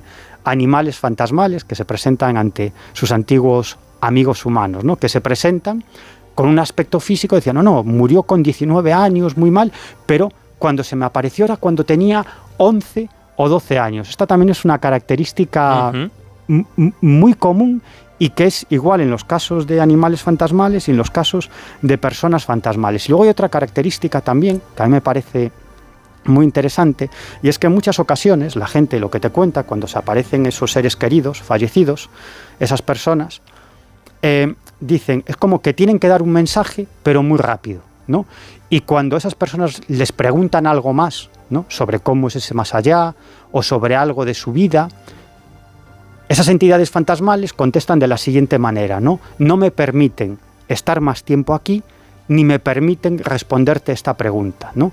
Es como si alguien del otro lado les permitiera estar aquí un momento determinado para ofrecer solo un mensaje concreto a una serie de personas concretas o a una persona concreta, ¿no? Pues eso mismo nos hemos encontrado en muchos casos de animales fantasmales, es decir, que se presenta, transmite esa sensación, o eso es lo que la persona capta, ¿no?, de estoy bien, no llores más por mí, y entonces esa persona dice telepáticamente o mentalmente, trata de preguntarle algo, y la sensación, lo que nota, es que ese animal fantasmal tiene que irse, es decir, que ha bajado a este mundo terrenal solo para ofrecer ese mensaje, pero ya tiene que desaparecer. Es decir, que al final nos encontramos una serie de características típicas de las apariciones fantasmales de personas en los casos de apariciones fantasmales de animales. Y me pide paso Juan Gómez, porque creo que además tiene algo que aportar al respecto de esta historia. Sí, además porque, bueno, fíjate, yo tengo a mi perrita Lua, que de vez en cuando aparece por las redes, y tengo que decir que Juanjo tiene toda la razón con el tema de la humanización, ¿no? Fíjate, si a un perro le pides que te acompañe, te acompañará. Si le pides que corra, correrá. Si le pides incluso que te defienda, lo hará a riesgo de su propia vida, pero si le pides que sea un humano, no sabrá qué hacer. Y es cierto, ¿no?, eso que comentaba Juanjo, pero a raíz de estos casos, fíjate, hay un autor que se llama Sivan Mourin, que ha escrito hace poquito un libro que se llama Ratas, y fíjate que él comentaba algo que me pareció tremendamente sorprendente y que podría rizar el rizo en todos estos casos, porque siempre parecen que están dentro del ámbito doméstico, ¿no? Estos casos en donde alguien tiene una mascota, incluso hablas, Miguel, ¿verdad?, de conejos, incluso sí, que, dentro de este trabajo que realizaste con Carlos, pero siempre dentro del ámbito doméstico. Pero fíjate, en los laboratorios donde se trabaja con ratas, que se investiga con ellas, y en muchas ocasiones, pues lógicamente, estas acaban muriendo debido a esas investigaciones y esos experimentos que se realizan, en algunos laboratorios los que trabajan habitualmente allí afirman que de vez en cuando ven estas apariciones de ratas fantasmales, ¿no?, como si todavía siguieran pululando por el laboratorio, pero con esa visión fantasmal muy similar, como decía Miguel, a una visión fantasmal de un ser humano, ¿no?, lo cual nos lleva a un terreno quizá mucho más amplio, ¿no? Ya no solo el hecho de que si estos animales se aparezcan porque quieren tener o entablar un último contacto con sus dueños, sino porque quizá vivan, si es que es así, en un entorno del más allá que de vez en cuando se cuele en el nuestro sin ningún tipo de intencionalidad, ¿no? Lo cual también nos lleva al terreno de los fantasmas, vamos a denominarlos así, humanos, que muchas veces hay testimonios que se aparecen pero no parece que quieran dar ningún mensaje ni quieran ofrecer ningún tipo de información, simplemente que de repente están ahí, los testigos en ocasiones se llevan el susto de su vida y poco más, ¿no? Lo cual, bueno, es un terreno bastante interesante, y yo que tengo a mi perrita Lua, pues por desgracia los perros no viven mucho tiempo, pero fíjate, un caso de una persona que conocéis todos muy bien, como es Mariano Fernández Urresti, historiador, y que además perdió, hace ya un tiempo a su pastor suizo Duende, y él me confirmaba, además así lo habló abiertamente en una entrevista que le pude realizar, que él llegó a ver, después de la muerte de Duende, que es así como se llamaba este pastor suizo, llegó a verle por las estancias de la casa, y él me decía, tal como te veo a ti ahora mismo, ¿no? Por lo tanto, ahí no sé si hay algo que pueda estar incluido dentro de esa conciencia global, como decía Miguel, sobre los animales, si también los vemos porque nos conectan con la psique o porque si realmente aparecen ahí, ¿no? Es algo fascinante, y a mí siempre me ha encantado todo el tema del alma, o la posibilidad de que los animales, si es que es así, se puedan manifestar más allá de su propia muerte. Sí, además es un asunto muy habitual, es decir, que no es nada extraño, que esto, yo creo que en todas las familias hay algún testimonio de personas que dicen haberse topado con el espíritu de de un familiar fallecido. Y en los casos de los animales es exactamente igual. Estos casos que comentaba Juan, en laboratorio, de muchas personas que trabajan en laboratorio con animales y que en algunos casos dicen haber visto pues ratas o ratones fantasma, ¿no? Pues es también algo muy similar a lo que sucede con los fantasmas que han sido seres humanos, ¿no? Que en muchas ocasiones también aparecen no para dar un mensaje, sino aparentemente en un lugar en el que han vivido, en el lugar en el que han muerto, etcétera, etcétera. Pero también hay que decir que todo esto de las apariciones fantasmales tiene mucho de cultural, ¿no? Y sería muy interesante, y sobre esto Juanjo podría hablar muchísimo, de cómo a lo largo del tiempo, a lo largo de la historia, ha ido cambiando nuestra concepción del más allá y ha ido cambiando desde el punto de vista cultural lo que entendemos por un contacto con el más allá, ¿no? Y en el fondo te das cuenta que en los casos de apariciones fantasmales, igual que en los casos de encuentros cercanos con ovnis o en los casos de las apariciones del Bigfoot, todo es muy cultural, ¿no? Y al final, digamos que esas apariciones fantasmales, pues digamos que también tienen un sustrato cultural, también tienen un origen, ¿no? Y también no son lo mismo las apariciones fantasmales aquí en Occidente que en Oriente, que en la India o que en determinados pueblos apartados de África, ¿no? Las apariciones fantasmales son diferentes porque la cultura es diferente, ¿no? Por lo tanto, también hay un proceso de adaptación de ese fenómeno. Entonces, para mí, todo tiene mucha relación, todo tiene mucho que ver. Es como la cuestión de las experiencias cercanas a la muerte, ¿no? Que yo he aprendido mucho de Juanjo. Algún oyente nos preguntaba sobre el tema. Sobre el tema. Yo he aprendido mucho de Juanjo, sobre las experiencias cercanas a la muerte, ¿no? Y Juanjo me ha hecho variar mi punto de vista sobre lo que son las ECMs, ¿no? Y yo creo que ahora ya podemos decir que esas experiencias cercanas a la muerte no son una invención, sino que la gente las vive, ¿no? Pero la mayor parte de las características de esas experiencias cercanas a la muerte tienen una explicación fisiológica o una explicación psicológica, y todos esos relatos de personas que viven experiencias cercanas a la muerte y cuentan cómo se encuentran con familiares fallecidos, se encuentran en ese otro lado, en ese supuesto más allá, también tienen mucho de cultural, mucho de icónico, y cada uno se encuentra lo que quiere encontrarse o lo que espera encontrarse, ¿no? Tiene mucho de cultural, ¿no? El túnel, la luz, se puede explicar desde el punto de vista fisiológico, y repito que de eso he aprendido mucho de Juanjo, pero a mí hay un aspecto de las ECM que a mí me sigue fascinando, que yo creo que es el gran enigma y que para mí conecta con mi tesis de la conciencia global, y es cuando esas personas que viven una experiencia cercana a la muerte, pues digamos que tienen la capacidad de viajar, entre comillas, con los ojos de su mente, ¿no? Y de observar no solamente lo que está pasando, o sea, de ver su cuerpo desde cierta altura y de describir no solamente lo que está pasando alrededor de su cuerpo, que sería interesante pero tendría menos mérito, sino que tienen la capacidad de viajar con esos ojos de su mente, con esa conciencia, con lo que le queramos llamar, y describir lo que está pasando en ese momento en un lugar apartado donde se encuentra su cuerpo inerte, sea una sala de operaciones o en medio de un accidente, lo que sea. Y son capaces de describir conversaciones, circunstancias, y sobre esto se han recogido casos enormemente interesantes. Para mí ese es el gran enigma de las experiencias cercanas a la muerte. Pero lo interesante de esto es que, digamos que este fenómeno de visión remota no se produce solo con las experiencias cercanas a la muerte, sino que se produce en cualquier contexto en el que tenga lugar un estado expandido de conciencia.